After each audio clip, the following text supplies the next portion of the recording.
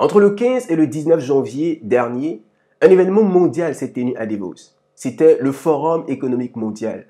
Voici un événement où des leaders de différents pays, des décideurs financiers se réunissent pour analyser les problèmes de notre planète et prendre des décisions importantes. Ne pensez-vous pas que c'est un moment où on aurait besoin de l'orientation de Dieu, de l'orientation du Saint-Esprit? La Bible dit dans le livre de Psaume, le chapitre 33, le verset 12, « Heureux la nation dont l'Éternel est Dieu ». Ce serait un moment propice pour inviter la présence de Dieu afin qu'il puisse nous inspirer à prendre des décisions en accord avec sa volonté et pour le bien-être de toute la planète. Mais vous serez surpris de ce qui va se passer.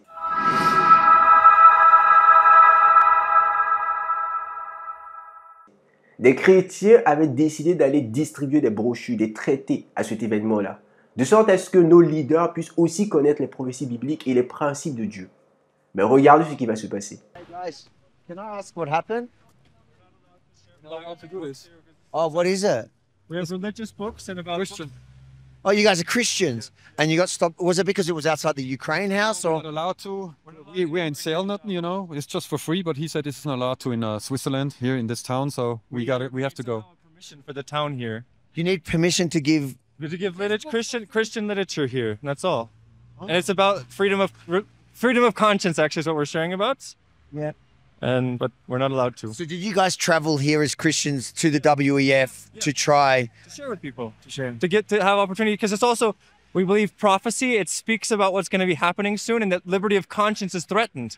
And so we want to share with people that people can believe what they want to believe, but they should have the ability to believe what they want to believe and to choose to believe something else. And to information is being more and more restricted. It's not new, no. It's always go further and further. This is the past. This is right now. This is the future. You know. This is right here. So this is for free. This is important material. This is not anything which comes on the commercial every day, you know. This is behind the curtain. What made you travel, and where did you come from? We come from Germany, so. I'm American, but I live in Italy. So, what made you come here to Davos to do this? Why? Because there are people here that need to hear this, that it's a meeting of people all over the world, important people who are making decisions, and even people who are just here to visit, but that we wanted to have the opportunity to share with them that liberty of conscience is threatened, and they need to know what's coming. I think wherever liberty of conscience is threatened, there is a demonic something behind the curtain that we're not seeing. Whether the people know or not, I don't know, but I believe that this pushing together of world religions, of world governments, of world economic situation, I believe that's not going in a good direction. I believe that is demonic. Yeah. Okay, so are you guys just going to pack up and leave, or are you? We're going to see maybe with the local police if we can get permission to share here. We'll see, because by the post office they said we can try. What's just happened? They only said we are here and we will share the truth, but they said it's not possible to share. It's not legal. Yeah. And you're a Christian? Yeah, I'm a Christian. Yeah. I'm Jewish, and I'm personally offended that they're stopping freedom of religion here in what's supposed to be a place where every powerful person in a free and democratic place. What would your message be to the organisers of to the world that's watching this now, that's seeing Christians being silenced here at the WEF? What would you tell the world? I can only tell something. Jesus is coming soon, and we have a decision to do. Certaines personnes peuvent dire que ce n'était pas le moment propice, il y avait des lois à respecter, des ordres venant d'en haut qu'on devrait respecter, et du coup, ces chrétiens-là n'étaient pas censés être présents. Mais je me réjouis que les chrétiens n'ont pas cherché à forcer ou à se plaindre ou à faire du tapage. Ils sont partis demander l'autorisation à la police. Mais en réalité, vous serez surpris qu'après avoir rejeté ces chrétiens-là, quelque chose d'autre va se passer à l'intérieur, là où ils sont même en train de prendre des décisions. Regardez par vous-même.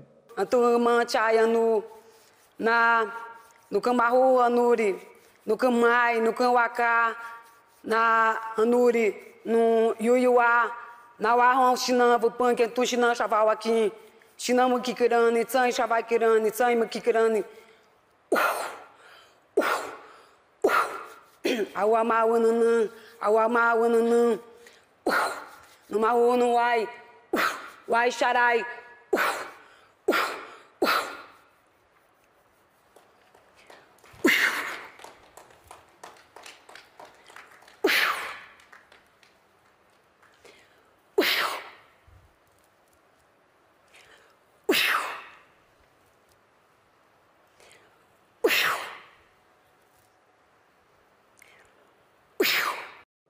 Bien aimé, c'est étonnant.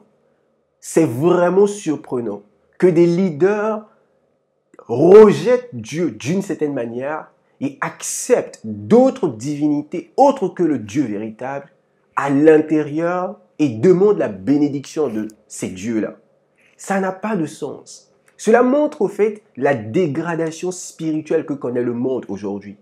Nos leaders sont nos représentants. Ce sont ceux-là qui dirigent nos pays, nos États. Ce sont ceux-là qui prennent des décisions concernant notre vie.